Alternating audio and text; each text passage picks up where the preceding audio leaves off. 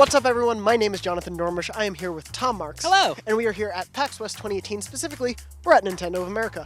We saw a bunch of Nintendo Switch games that are coming up, and a lot of them are really cool, but one particularly wanted to talk about, Levelhead. Yeah. Because it sort of fills the void of Super Mario Maker not being on Switch. Nintendo brings Super Mario Maker to Switch, but in the meantime, when that hasn't happened yet, this game, obviously, it is not Mario, but it is still a really in-depth but easy-to-understand level maker. Tell me a little bit about it. Yeah, it's a platformer where you build levels and then you can share those levels online and you can download other people's levels. So it is very, very much inspired by Mario Maker, and that's very clear. Part of this is that it's also on PC, it's on mobile, and on Switch. Which Mario Maker's not yet, as you said.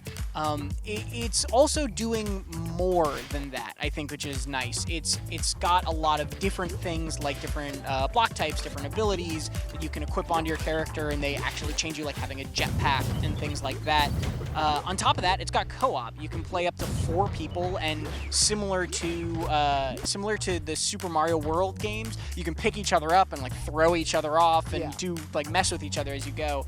And also another thing I really like about the co-op is that you can co-op level build. So that's another thing where it's sort of distinguishing itself of not just being, hey, this is a Mario Maker clone. Yeah. It's a little more than that, and it's their own twist on it. Yeah, and what do you think of the level building? Because one thing they had in there that I thought was really cool was the idea of these switches, essentially. So if I want you not to be able to pass this gate until there are 10 enemies defeated, I can link the enemies to that gate. And I thought that it's very simple, and it's like light coding, if you want to call it that. But it's really smart and easy to understand. How did you see like the suite of tools? Did you think it was...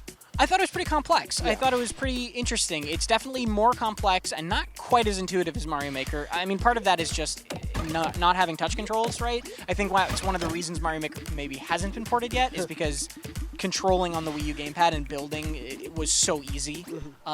So it's a little bit clunkier than that, but it is also broader. It has more options. It has more control over things. And I think it's going to result in some really, really cool custom levels. Yeah, and how'd you think about the actual platforming itself?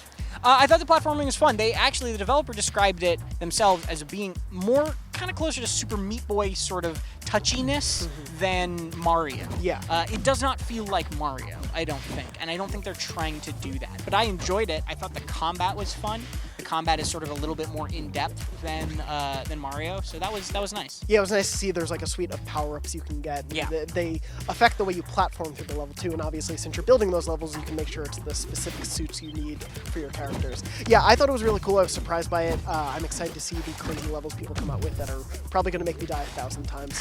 But of course, there is so much more to play on Nintendo Switch. You can see Tom and I talk about some of the biggest games coming up on Nintendo Switch we saw at PAXWest 2018. And of course, there's so much happening at this show. For everything PAXWest 2018, you're already in the right place. IGN.